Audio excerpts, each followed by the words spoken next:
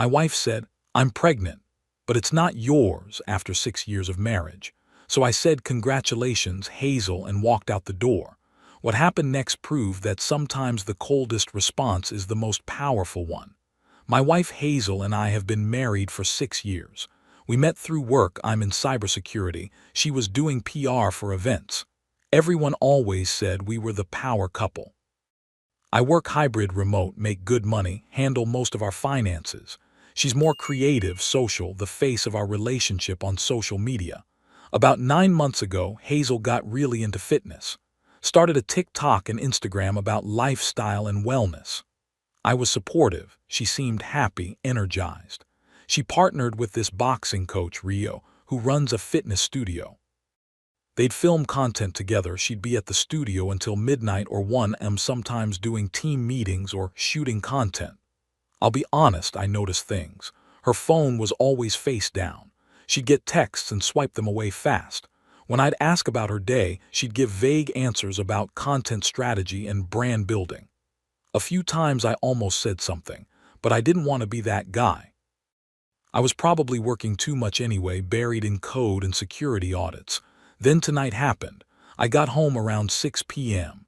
Hazel was sitting on the couch and she had this look on her face, guilty but also defensive, like she was about to tell me something terrible but was already preparing to argue about it.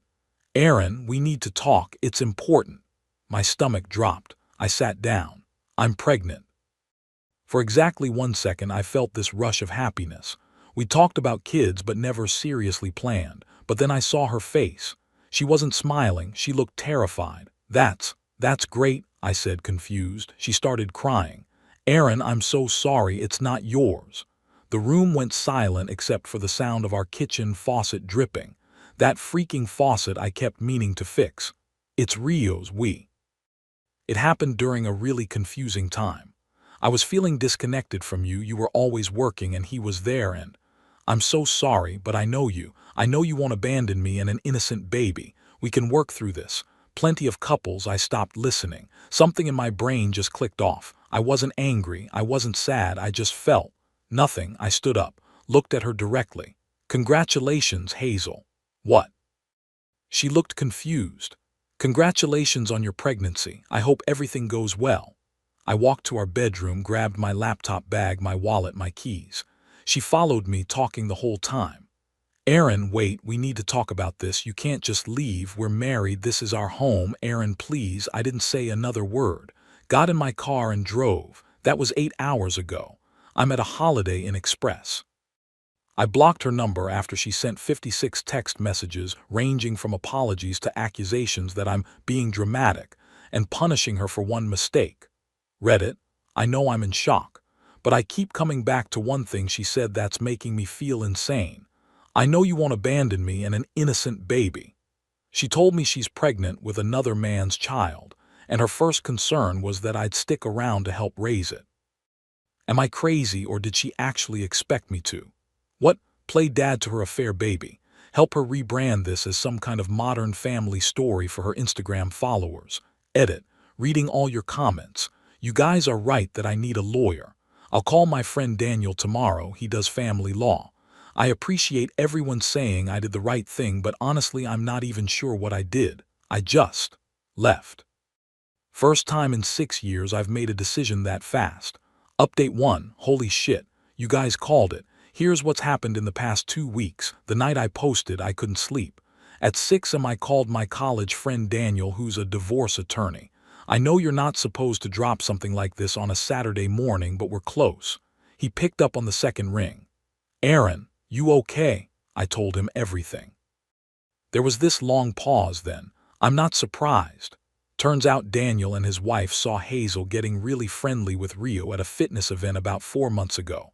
He didn't want to tell me without proof because you don't blow up someone's marriage on a hunch. We met that afternoon. Daniel's approach was systematic, like running a security audit, which helped my brain actually function. He had me do the following immediately. Close our joint checking account. I opened a new one at a different bank. Change all my passwords, every single one. Cancel the credit card she had as an authorized user. Move my paycheck direct deposit to the new account. Document the exact date and time she told me about the pregnancy. Save all her text messages. The messages, by the way, went through stages. First 48 hours. I'm so sorry, baby, please come home, we can work through this, I love you. Days 3 to 5. You're being incredibly immature. This is bigger than your ego. I made a mistake, but I'm still your wife. Days 6 to 10. Aaron, I'm pregnant and alone. The least you can do is help me with rent this month. You're abandoning your legal wife. This week, you're really going to let everyone think you're the kind of man who leaves his pregnant wife. You're killing my brand. That last one was something. I haven't responded to any of them. Daniel said don't engage. You respond, she has a conversation. Silence is your answer. I moved out of the hotel after 3 days into a month-to-month serviced apartment across town. It's small, kind of depressing, but it's not that apartment. Our apartment, where she told me she's having another man's baby. Work has actually been good. I told my manager I was dealing with a family emergency and needed to go full remote for a while. He was cool about it. Honestly, being buried in code has been the only thing keeping me sane. I fixed a critical vulnerability in our client's system this week that could have cost them millions. Felt good to control something. Here's where it gets interesting, and this is what I really needed to update you all about. I have this friend, well, Hazel's friend technically, but we're friendly, named Lana.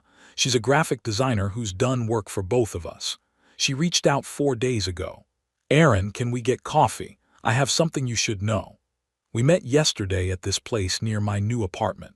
Lana looked uncomfortable as hell. I should have told you this months ago, but I didn't want to be that person. But after what happened, you deserve to know what's actually going on. Apparently, Rio and Hazel had been hooking up for at least 5 months. Multiple people at the studio knew. It was obvious. But here's the kicker. When Hazel told Rio she was pregnant, his exact words were, "Get a DNA test first, then we'll talk." I'm not ready to be a dad, and I'm definitely not ready for drama with your husband. Then when she kept pushing, he started pulling back, stopped responding to messages as quickly, canceled their content shoots. Eventually told her, "Don't drag me into your marriage problems." Last week, he blocked her on everything. The guy who got her pregnant has completely ghosted her. Lana said Hazel's been having a meltdown. The pregnancy is real. But her income is tanking. A couple of small brands she worked with dropped her because they didn't want to be associated with personal drama. The PR firm she used to work for full-time won't take her back because she burned bridges when she left to go full-time influencer. And apparently she can't afford our apartment on her own. The rent is $2,400 a month. Her influencer income was maybe $1,500 to $2,000 on a good month, and that's dropping. She was depending on my income covering most of our life. Aaron, Lana said, I think she really believed you'd stay. She was planning to spin this into some kind of modern love story for her platform. I sat there stirring my coffee, watching it spin. She thought I'd help her raise Rio's baby for content. I think she thought you'd be too nice to leave. That hit different. You guys, I'm not a confrontational person. My ex-girlfriend in college cheated on me and I just faded out. Stopped calling, stopped showing up. My therapist in my 20s said I had avoidant attachment patterns from watching my parents' messy divorce. Maybe Hazel knew that. Maybe she thought I'd be too conflict-averse to actually pull the trigger on leaving. But something about her saying, "It's not yours," and then immediately pivoting to what I owed her. That broke something in me, or fixed something. I'm still not sure which. Daniel filed a legal separation document last week. Hazel will be served this week. He's confident we can get a quick divorce since there are no kids, her baby isn't mine, and DNA testing will prove it. No fault state, but the adultery is documented. I'm still processing all of this. Some days I'm fine. Yesterday I went for a run and felt almost normal. Then I got home and realized I'd bought the yogurt Hazel likes and I just stood in front of my fridge crying. But then I remember she's pregnant with another man's baby and asked me to help raise it. And I think I made the right call. Edit. Several of you asked about Rio. According to Lana, he's back to posting thirst traps on IG like nothing happened. He never acknowledged the situation publicly. Guy has zero consequences. Update 2. She found me. Okay, I need to tell you what happened yesterday because I'm still shaking and I need to write it out to process it. First, a quick catch-up on the past month. Hazel was served with the separation papers 3 weeks ago. She didn't take it well. I know this because she posted a vague Instagram story. When you're going through the hardest time of your life and the person who vowed to stand by you walks away. Real men don't abandon pregnant women. She deleted it after 4 hours, but screenshots are forever. She had her mom call me. Her mom actually cried and said, "Aaron, I know my daughter made a terrible mistake, but can you really throw away 6 years? Can you really let her go through this alone?" I said, "Mrs. Wright, I'm sorry, but the baby isn't mine. Hazel made her choice." She hung up on me. She sent me a bill, an actual invoice, for her portion of expenses I supposedly owe from the past month. Daniel laughed for 5 minutes straight when I showed him. The apartment situation resolved itself. I contacted the landlord directly and explained I was moving out due to separation. My name came off the lease. He renewed with just Hazel, but she couldn't afford it. She's now living with her sister in a 2-bedroom with her sister's 2 kids. According to Lana, it's not going well. Turns out a pregnant woman with irregular income isn't the ideal roommate in a crowded apartment. Her Instagram following has actually dropped. She stopped posting fitness content, obvious reasons, and tried pivoting to pregnancy journey content, but her engagement is dead. People in her comments keep asking, "Where's your husband?" And she either deletes them or doesn't respond. Rio, meanwhile, posted a story last week working with a new brand ambassador, another woman. Comments were full of flame emojis. Zero acknowledgement of Hazel or the situation. Like I said last time, zero consequences for that guy. But yesterday was something else. I've been working from coffee shops and co-working spaces most days. There's this place called Catalyst near my apartment. Good Wi-Fi, quiet, makes me feel less isolated. I was there yesterday afternoon, deep into debugging some authentication code, headphones on. Someone sat down at my table. I looked up. Hazel, 4 months pregnant, showing now. She looked exhausted. "Aaron, please just give me 5 minutes." I took off my headphones. "Hazel, you shouldn't be here. I tried calling, you blocked me. I tried emailing, you don't respond. I had to, you followed me here." She started crying. Right there in the coffee shop. "Aaron, I'm desperate. I don't know what else to do. I made a terrible mistake, the worst mistake of my life. But it was one time, one stupid mistake, and you're destroying my entire life over it." I just stared at her. "One time," she didn't answer. "Hazel," Lana told me, 5 months at least." Her face changed. Anger flashed through the tears. "Lana needs to mind her own business." Several people in the coffee shop looked over. I lowered my voice. "I'm not doing this here." "Then where, Aaron? You won't talk to me. You just disappeared. After 6 years, you owed me at least a conversation." And this is where something in me snapped, not into anger, into clarity. "A conversation. Hazel, you told me you were pregnant with another man's baby, and in the same breath asked me to help raise it. What conversation could we possibly have after that? Because you're my husband, we took vows, for better or worse, in sickness and in health. You don't get to just quit when things get hard." I actually laughed. I couldn't help it. "You cheated on me, and I'm the one quitting when things got hard. I was lonely. You were always working, always on your laptop. We never did anything anymore. He paid attention to me. He made me feel. So you had an affair and got pregnant, and you thought I'd raise Rio's baby because. What? Because I'm too weak to leave, too nice, too passive." She went very quiet. Her face did this thing where I could see her trying to decide which approach to take. The tears stopped. Her voice changed, became softer, more strategic. "Aaron, I know you're hurt. You have every right to be. But I also know you. You're not a cruel person. You don't want to be the guy who abandons a pregnant woman. Think about how this looks to everyone. Your family, our friends, my family. They're going to think that you cheated and I left, which is exactly what happened. They're going to think you're a coward who couldn't handle adversity. They're going to Hazel." I closed my laptop, looked at her directly. "I don't care," she blinked. "What?" "I don't care what people think. I don't care about optics or your brand or our reputation. You cheated on me. You got pregnant by another man. You asked me to raise his baby. I said no, that's it. There's no conversation. There's no redemption arc for your Instagram. It's just over. She tried one more angle, voice breaking again. The baby is innocent in all this. You'd really punish an innocent child because you're angry at me. The baby has a father, that's Rio. Not me. Rio wants nothing to do with us. That's between you and him. We're done, Hazel. I stood up, started packing my laptop. She grabbed my arm. Aaron, please, I have nowhere else to go. I'm losing everything. My career is falling apart. I can barely afford to live. My family is disappointed in me, and I'm pregnant and scared and alone. Please, I'm begging you. I looked at where her hand gripped my arm, gently removed it. You chose this when you started sleeping with Rio, when you continued for 5 months, when you got pregnant and decided to tell me the truth only because you needed me. You made every single one of those choices. I'm just choosing not to go down with you. I walked out, got in my car, drove back to my apartment and just sat there for an hour. Here's what I realized. She never apologized for the affair, not once in that whole conversation. She only apologized for getting caught, for the consequences affecting her. She didn't want me back. She wanted the life I provided back. The financial security, the social proof of being married, the ability to spin this into some kind of content-friendly narrative.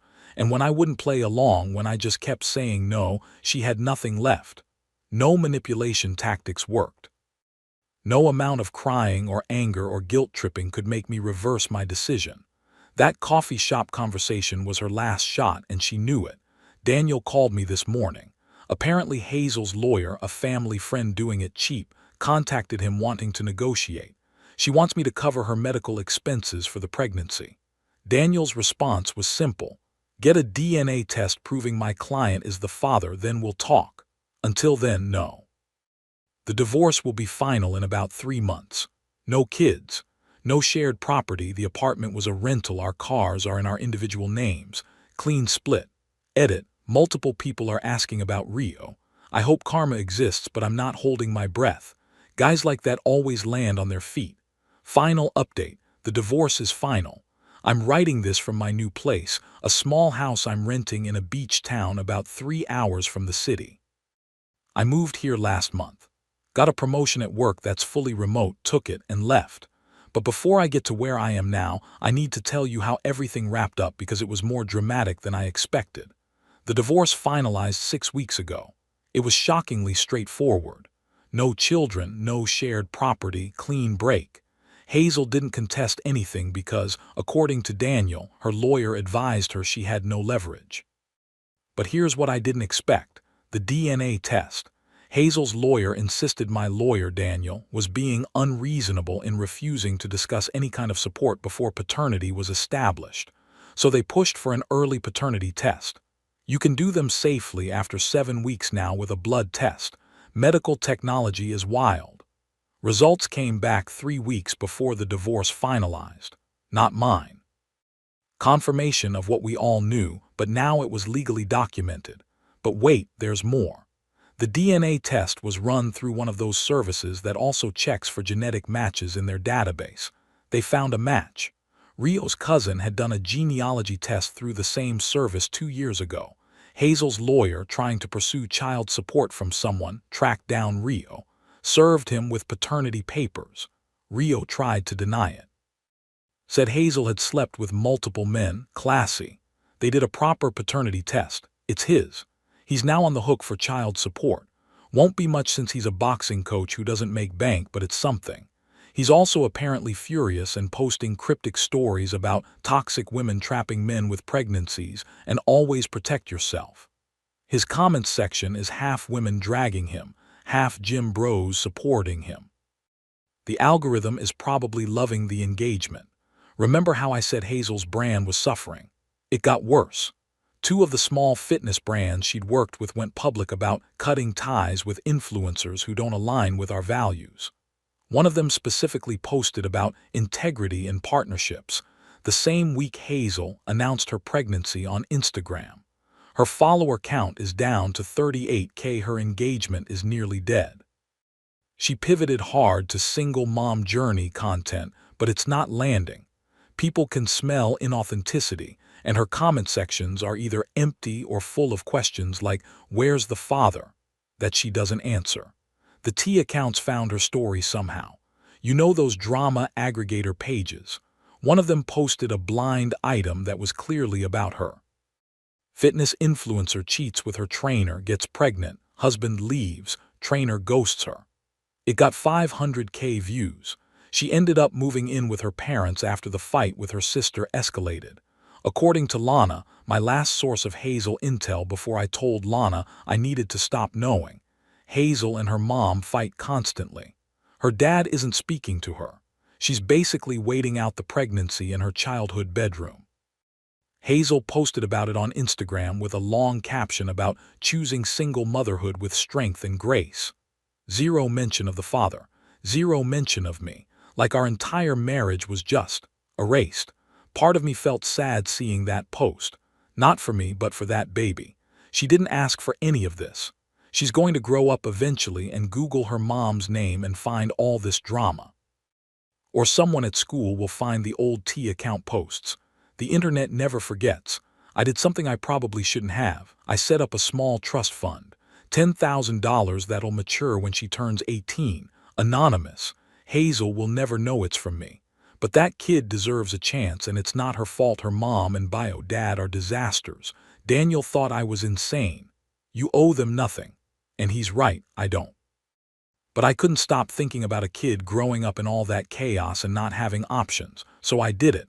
I don't expect a medal for it, I just needed to do something that felt like closing the circle with integrity. My new place is small, 2-bedroom, walking distance to the beach. Rent is cheaper than the city. I wake up early, work my remote job, take breaks to walk on the beach. I started doing photography again, something I gave up years ago because Hazel thought it was a waste of time when you could be networking. The promotion came with a 25% raise because I fixed that critical security breach and led a project that brought in a major client. Turns out when you're not emotionally destroyed by your home life, you're better at your job. Who knew? I joined a local trail running group, made a few friends. There's this designer, Emma, who's in the group. We've gotten coffee a few times. She knows about Hazel, Lana is friends with her, that's how we connected. I told her the whole story on our second coffee. She said, "That must have been really hard, but also good for you for leaving." I'm not ready to date seriously, but Emma's easy to be around. She has her own business, her own life, her own goals. She doesn't need me for anything. We're just two people who enjoy each other's company. It's refreshing. People keep asking if I'm angry. Sometimes. I'm angry at the wasted years. I'm angry that she was so careless with our marriage. I'm angry that Rio gets to post thirst traps without consequences while Hazel's life imploded. Even though she made her own choices, the inequality still pisses me off. But mostly, I'm grateful. I'm grateful I found out before we had kids together.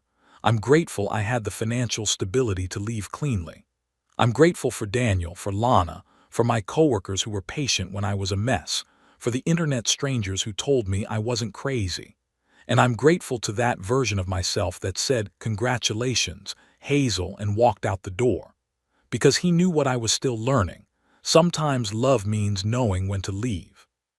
To everyone who followed this story from the beginning, thank you. Writing this out helped me process everything. I'm logging off this throwaway now. Time to live my life instead of documenting it.